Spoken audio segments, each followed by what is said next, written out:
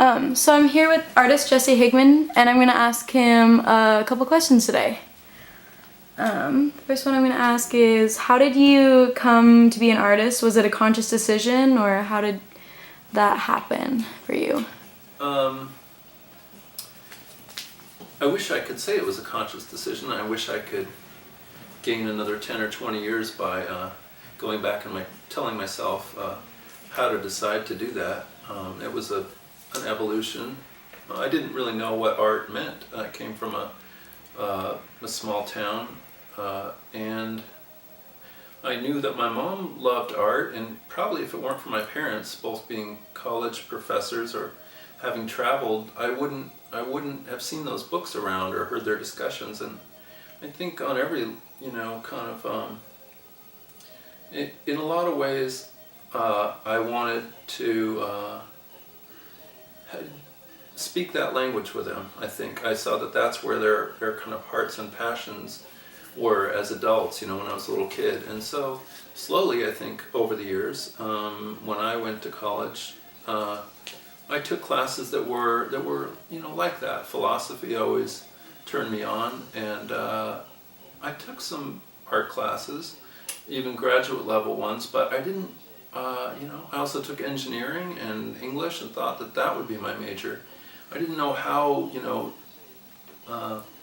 had no idea of a voice that could be my own in art.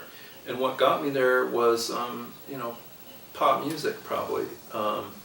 Seeing, these visual inspirations that I could say, I want to be like that. Of course, I wasn't a musician, so that wasn't the same mold, but the model is kind of similar. So I started doing artwork for bands, and found, sought out my favorite, The Cult, in 87 through 89, and finally met them. And fortunately, their singer was kind of a totem, spirit.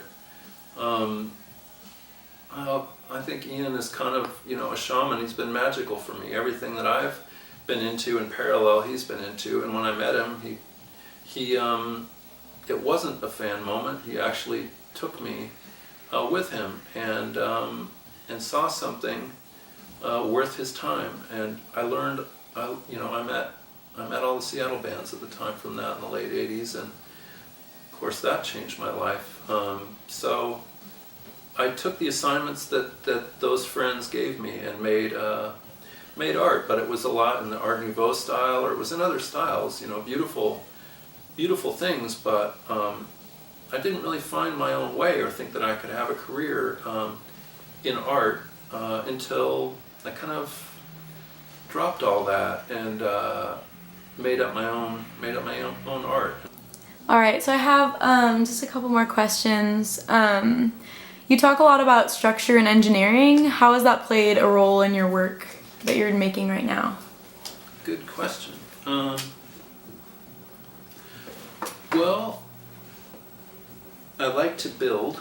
I think we do. Every friend that reports about their weekend or their week and says that they planted things in the garden or they made a sculpture, they feel so kind of turned on. I think when we get our hands in life, we're really connected to nature, and so I let myself go on building as until I have something that's ready to be taken to the next place. I do feel guilty about building because I think that there's another side to life, and that's going with the flow. So you've got work, construction, being alone, isolating yourself, asking things of other people, gathering materials, drawing, figuring out, thinking about how they're going to work together. It's definitely important. But we're human beings, and that's not really a life, I would say. So I think it's important to keep track of what it is to be human and try and reorient yourself, relationships, and having fun, and not worrying about things, letting things happen, because you can focus on an idea, and like a bar of soap, it'll keep squirting away from you. So sometimes it's when you let go You have to do both. So I kind of follow signs, you know, and I know when something's, you know, great, and I, you know, put my arms up in the air in a V, you know, whether it's something I've written or something I've drawn, and it's then, no matter how long it takes to build it, I'll just, you know, even if it's years to build, you know, like the spiral table to pour that wave, I think that took about 3 years. But it was in the Smithsonian, you know, in the end, it's like, I, you know, couldn't have foreseen that, but I know that there's an equation of, you know, love in, you know, equals beauty. So you invest your love and your dedication into something, and guaranteed out the other side will come something that can generate beauty. Could you talk a little bit about your artistic process? Yeah, let's see. Well, I pour paintings, and I set up a landscape or a fundamental structure as I see it. These things have relationships to what I feel, you know, is happening in reality, and so I'm kind of testing reality and trying to prove things, not absolutely as in science, but just that maybe, you know, I can. It seems that I can make things turn out beautiful, for, you know, shorthand, if there are certain rules that I apply, or certain ways that I build things. So I'm building a fundamental structure of a table or the back of a canvas, like as the abstract expressionist kind of, we're into materials, or you know, and then on top is, you know, is chaos, or is you know, I suppose like the surrealists would say, the spontaneous, or, you know, I like these two worlds of control and letting go and putting those things up against each other. So I'll build a big black canvas of a landscape, kind of like space, and then you know, apply certain universal kind of rules on top of, you know, physics, but it's my letting go, and it's my, you know, it's kind of humorous. It's when I think I've hit a wall and abandoned everything, then something beautiful comes out of it.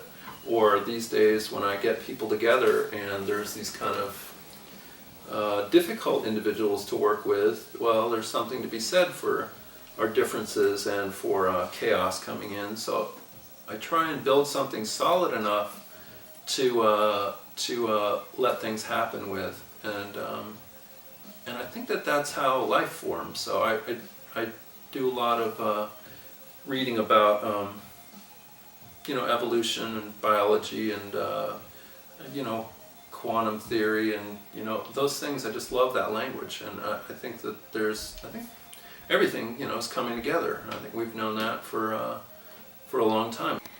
So you say that you have to work with difficult people sometimes. Can you talk about the community aspect of your work?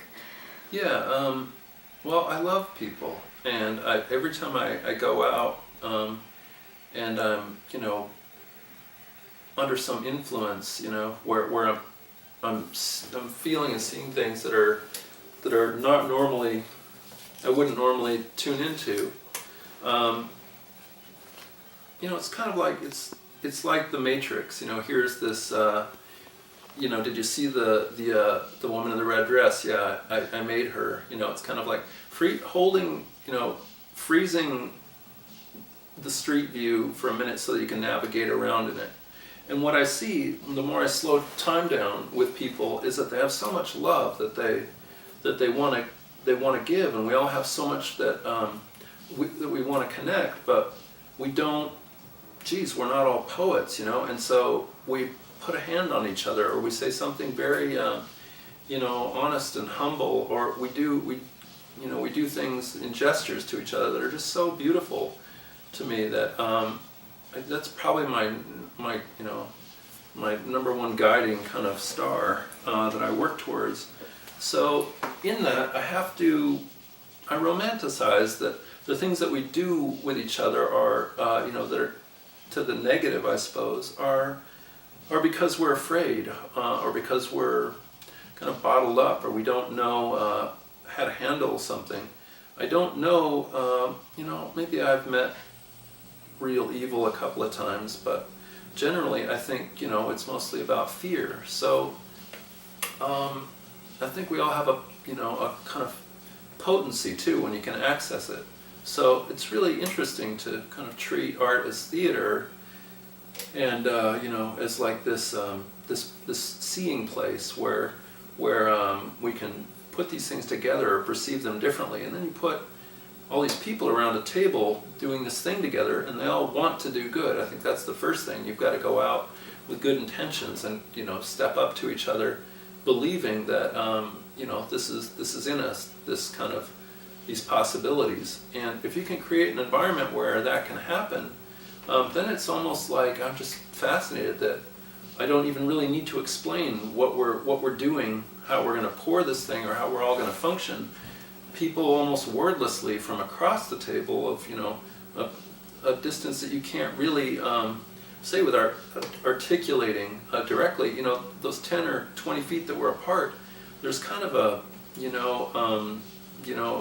that mirror neuron thing of just feeling somebody else, and each person plays that component part in the whole, and this magic happens, and it just it goes along with what I believe about people and what's possible. And so I like that theory a lot, and I can feel it, but what I think is important, and I don't know how much to hinge on it, is that there's an object in the end. A lot of conceptual art, you know, would just be, you know, kind of theoretical and not have an object in the end.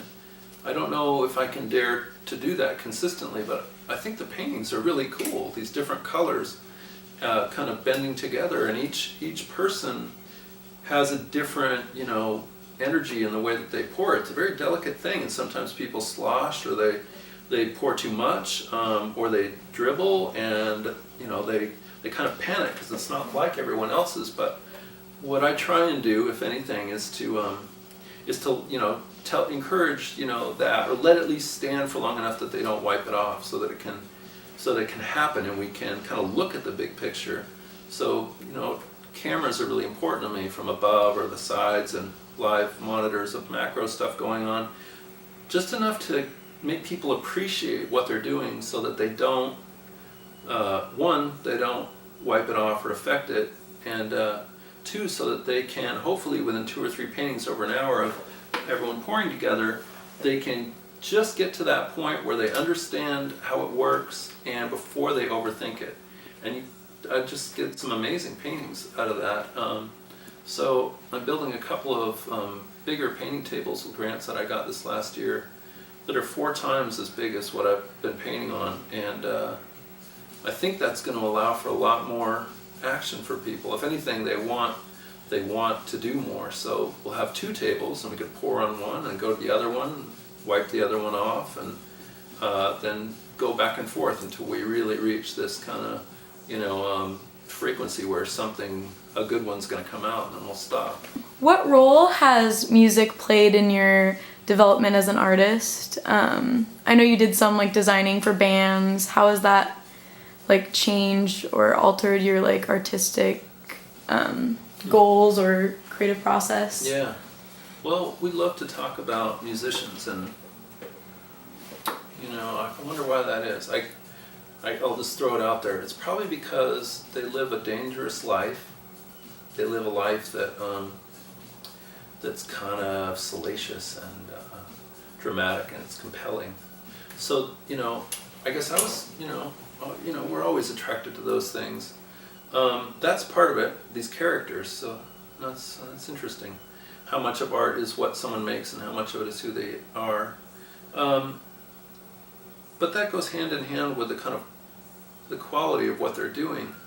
It's the really intense people who are touching something that tend to make great music, you know, as well. So I'm not sure if the people that I worked with, they were both of those things, you know.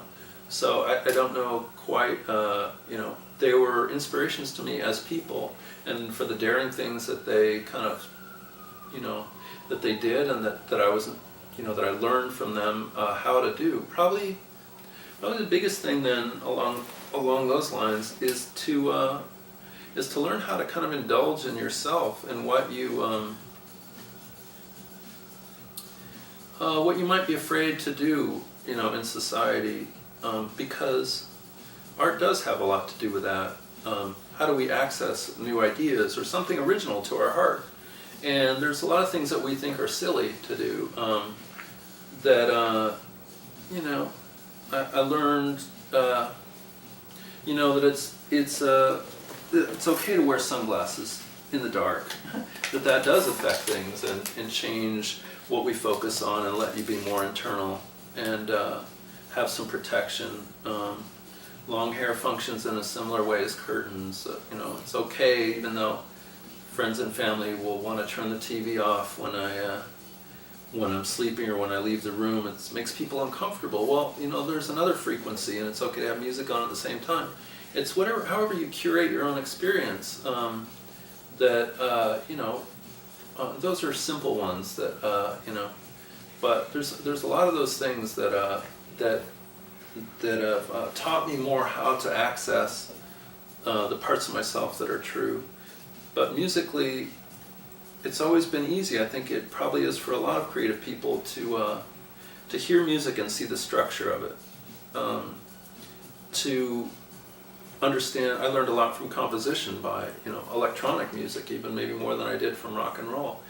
Rock and roll is about standing up against an energy field and screaming into it, and withstanding that, or it's about a brave kind of soul. There's different kinds of music are good for different aspects of composition or of harmony. So I was lucky enough to spend time with the people that I thought were brilliant and beautiful, and then to take every opportunity I could to make the things that they were thinking about, or to spend time with them and kind of develop ideas that I spent 10 or 20 years of my life doing that for free or for not much money.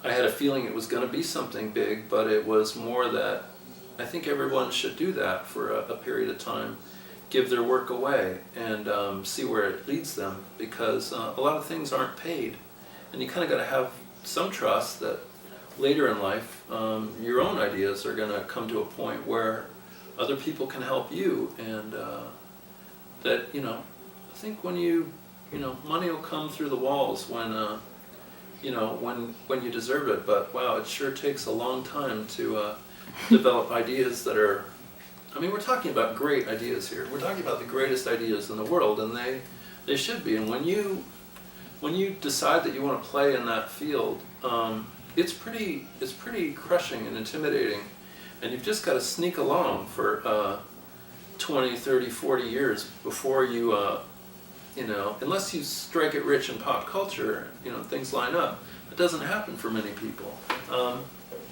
But you've really got to be in it for the long haul until you find a voice, a voice that's genuine and offers something to humanity. That's kind of the way it is. And I think I think everyone stands a good shot at that if they apply themselves to that. But it can go on forever about how hard that is. But and yeah, I was so glad to get those grants. Been working on that for years. I think it's really hard on artists to have to write their own statements and really to find the words. But sure, those people would say, well, that's for the better, and that's why why it takes so long to get it, because you've got to rise to that level. So I finally got some money to make these things, and I kind of feel like I can place my order now. There's this notepad and pencil, and I can finally build these things that I've been wanting to make.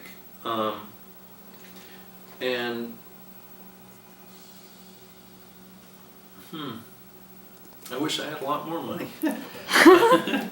It's sad. I think now that I see how the future unfolds, I've got to be patient. I've got to use that money, build these fundamental structures again, I can't buy the equipment that I know would really make it shine. But I think I finally have a shot at proving something.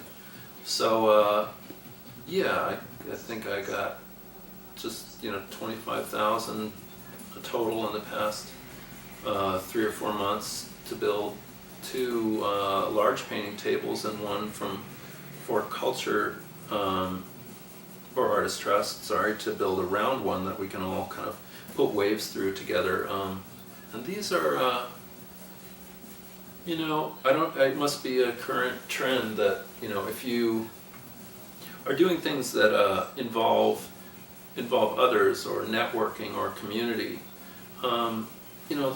that reads well. And maybe it's because we understand it. Maybe it's not just because it's a current trend. But yeah, fortunately, that's what that's one of the things that really interests me. Of course, there's other things, but once I started to understand that that's where the money was out there, well then I just took those 2 or 3 things off my wall and said, well, now there's a time for those, and sure enough, yeah, I got the money to do them. So I mean, that's great. Maybe that just says that I should keep